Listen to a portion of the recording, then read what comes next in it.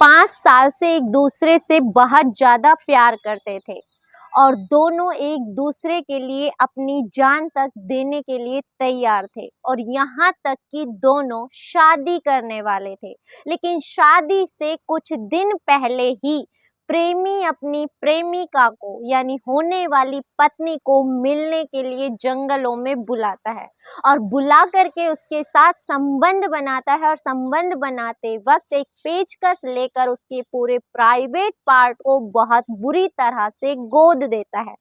और यही नहीं रुकता, उसके शरीर के हर एक हिस्से पर एक एक गोदना शुरू कर देता है। उसका चेहरा, उसका शरीर, उसके हाथ, उसके पैर बुरी तरह से गोद देता है। 36 जगह से उस लड़की को इतना ज्यादा गोदा जाता है कि लड़के की उसी जगह मौत हो जाती है। लेकिन जब ये सच्चाई सबके सामने आती है तो लोगों की रूह कांप जाती है। आखिर क्या वजह थी? जो लड़का उस लड़की से इतना प्रेम करता था, उससे शादी करने वाला था, उसके साथ एक वैवाहिक जीवन जीने वाला था, लेकिन ऐसी क्या वजह हुई कि शादी से महज कुछ दिन पहले ही उसने उस लड़की को इतनी दर्दनाक मौत दे दी। लेकिन वजह जब आप सामने से सुनेंगे तो सुनकर हैरान हो जाएंगे और इस वजह के बाद आपको एक तरह से सीख भी जरूर मिलेगी। तो चलिए जानते हैं पूरे मामले को। नमस्कार, मैं ज्योति गौड़ और आज की जो सच्ची कहानी मैं आपको सुनाने जा रही हूँ, सच्ची कहानी उत्तर प्रदेश के मुरादाबाद में एक मैनाडोर इलाका लगता है।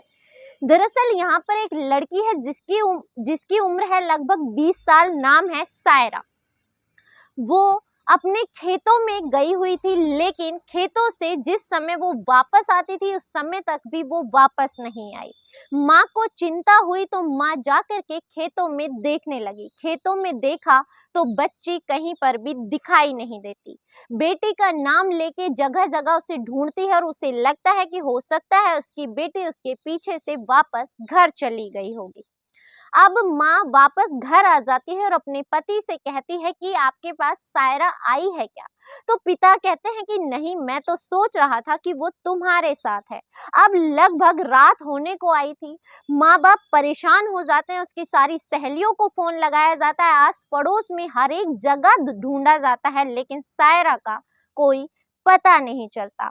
देर रात को थाने पहुंचा जाता है और थाने जाकर के शिकायत दर्ज कराई जाती है कि उनकी 20 साल की बेटी जिसका नाम सायरा है वो मिल नहीं रही है। लेकिन पुलिस वाले बोलते हैं कि 24 घंटे रुक जाइए, 24 घंटे बाद ही गुमशुदगी की रिपोर्ट दर्ज की जाएगी, क्योंकि बच्ची बालिग है और वो अपना अच्छा बुरा जानती है। इतना कहकर घर वालों को लौटा दिया जाता है, घर वाले वापस आ जाते हैं। ये मामला था 1 जून का। पूरा 1 जून बीत जाता है लेकिन लड़की की कोई खबर नहीं मिलती। अब 2 जून की सुबह हो जाती है। घर वाले अपनी तरफ से इधर उधर ढूंढना शुरू कर देते हैं। पुलिस में भी मामला दर्ज कर लिया जाता है और अभी पुलिस अपनी जांच कर ही रही थी कि तभी गांव का ही एक व्यक्ति जो अपने मक्के के खेतों की ओर जा रहा था, वो एक लाश को देखकर बुरी तरह से डर जाता है, घबरा जाता है और घबरा कर जोर जोर से चिल्लाना शुरू कर देता है।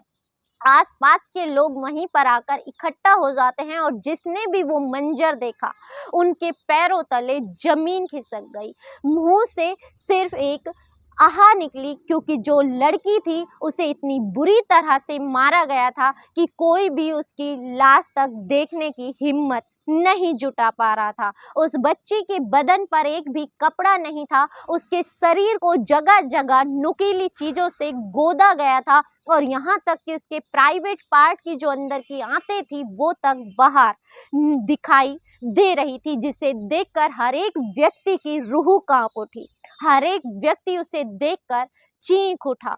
मौके पर पुलिस पहुंचती है और पुलिस पहुंच करके लाश को कब्जे में लेती है और तुरंत पोस्टमार्टम के लिए भेज दिया जाता है। लेकिन गांव में अब रोष का माहौल था, आक्रोश चारों तरफ फैल चुका था। पुलिस से हर एक व्यक्ति सिर्फ और सिर्फ न्याय की मांग कर रहा था। हर एक व्यक्ति जानना चाहता था कि इतना बेरहम और क्रूर इंसान कौन हो सकता है जिसने इतनी भयानक दरिंदगी की। अब मामला दर्ज कर लिया जाता है। उस लड़की को देख कर के लग रहा था कि उसके साथ पहले दरिंदगी की गई है और उसे बड़ी ही बेरहमी से मार दिया गया है। अब घर वाले और परिवार वाले समझ नहीं पा रहे थे कि आखिर हुआ क्या। सुबह तक बच्ची अच्छी खासी थी, घर में हंस खेल रही थी, अच्छे से बात कर रही थी, खाना खाकर खेतों की तरफ निकली थी, लेकिन अचानक ऐसा क्या हुआ कि जो उसकी हालत इस तरह से हो गई। पुलिस में मामला दर्ज कर लिया जाता है। पुलिस उनसे पूछताछ करती है कि क्या आपको किसी पर शक है। तो माँ बताती है कि हाँ, गांव का ही एक लड़का है जिसका नाम है रफ़ी। वो हमारी बेटी सायरा से प्रेम करने का दावा करता था, उसके पीछे पड़ा रहता था और उससे आने जाने से भी रोका टोकी किया करता था। वो उसका इतना ज़्यादा पीछा करता था कि हमारी लड़की उससे परेशान हो गई थी। हमारी बच्ची का उससे कोई संबंध नहीं है, लेकिन वो उसके पीछे पड़ा रहता था। गांव वाले भी इस बात की पुष्टि करते हैं और सीधा रफ़ी को उठा लिया जाता है। रफ़ी को उठा करके जैसे ही उससे सख्ती से पूछताछ की जाती है, आखिर रफ़ी टूट जाता है। वो कहता है कि मैं आपको पूरी कहानी शुरू से सुनाता हूँ। वो बताता है कि आज से 5 साल पहले से सायरा और वो एक दूसरे से बहुत ज़्यादा प्रेम करते हैं। हम दोनों 5 वर्षों से प्रेम संबंध में हैं। हम दोनों एक दूसरे से बहुत ज़्यादा प्यार किया करते थे। सायरा भी मुझे बहुत प्यार करती थी, लेकिन वक्त के साथ साथ मुझे लगने लगा कि सायरा का प्यार मेरे प्यार से कम हो रहा है। मैं उसे जितना प्यार करता हूँ, सायरा मुझे उतना प्यार नहीं करती। और अब जैसे जैसे समय नजदीक आ रहा था, तो हमने सोचा क्यों ना हम विवाह कर ले। घर वाले नहीं मानेंगे तो हम भाग करके शादी कर लेंगे और फिर कोर्ट मैरिज करके एक खुशनुमा जीवन व्यतीत करेंगे।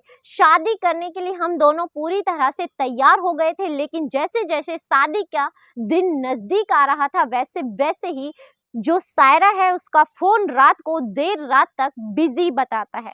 मैं व्हाट्सएप पर चैट करता था तो वो देर रात तक ऑनलाइन दिखाई देती थी। मैं पूछता था तो वो नॉर्मल जवाब देती थी कि कभी मासी का कॉल है, कभी भाइयों का, कभी बहनों का, ऐसे ही जवाब वो मुझे दिया करती थी। तभी मेरे यार दोस्तों ने बताया कि वो लड़की सिर्फ तुम्हारे साथ टाइम पास कर रही है, वो तुमसे नहीं प्यार करती, उसका तो कैरेक्टर ही खराब है, वो तो न जाने कितने लड़कों से भी बातचीत करती है। अब मुझे धीरे धीरे उस पर शक होने लगा।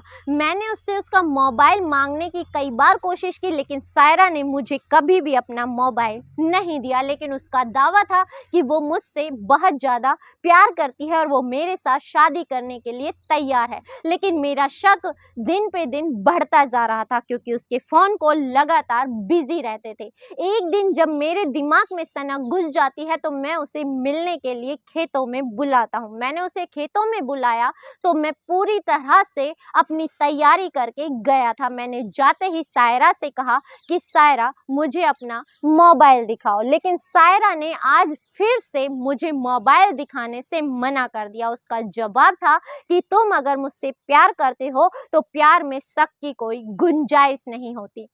उसका इतना कहना था कि मेरा गुस्सा 7वें आसमान पर था। मुझे बर्दाश्त नहीं हुआ। मुझे उस वक्त बिल्कुल यकीन हो गया कि ये लड़की मुझे धोखा दे रही है। मेरे दोस्त आज तक जो मुझसे कह रहे थे वो सत्य कह रहे थे। और फिर क्या था, मैं अपने साथ एक पेचकस लेकर के आया था और पेचकस का वार मैंने सबसे पहले उसके प्राइवेट पार्ट पर किया, क्योंकि मुझे ऐसा लगता था कि वो हवस की पुजारी है, ना जाने उसके मेरे अलावा कितने लड़कों से संबंध है। मैंने उसे इतनी बुरी तरह से चोटिल कर दिया और उसके चेहरे को बिगाड़ दिया। उसके हाथ पैर, शरीर के हर एक हिस्से को मैंने इतना ज़्यादा गोदा कि वो किसी को इस जन्म में तो क्या, अगले 7 जन्मों तक मुंह दिखाने लायक नहीं रहेगी। इतना इतना बोलना था और वो जोर जोर से हंसने लगता है।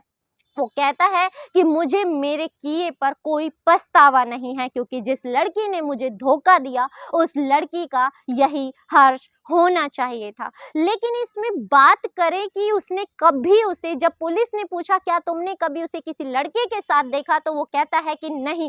उससे पूछा गया क्या तुम्हें यकीन है कि कोई लड़का उससे बात करता था, तो वो कहता है कि नहीं, ना मैंने उसे किसी से बात करते देखा, ना मुझे उसके कभी प्रेम संबंधों के बारे में पता चला। लेकिन एक शक था जो मेरे दिमाग पर हावी होता चला गया। इस पूरे घटनाक्रम को सुनाने का उद्देश्य आपको दुखी करना, परेशान करना या आपकी भावनाओं को ठेस पहुंचाना नहीं है, बल्कि आपको सचेत करना है, जागृत करना है कि एक सनक कहते हैं कि हर एक बीमारी का इलाज है, लेकिन शक का कभी इलाज नहीं हो सकता। शक का बीज अगर एक बार उग जाए तो वो कभी भी खत्म नहीं होता, वो दिन पे दिन सिर्फ बढ़ता ही चला जाता है।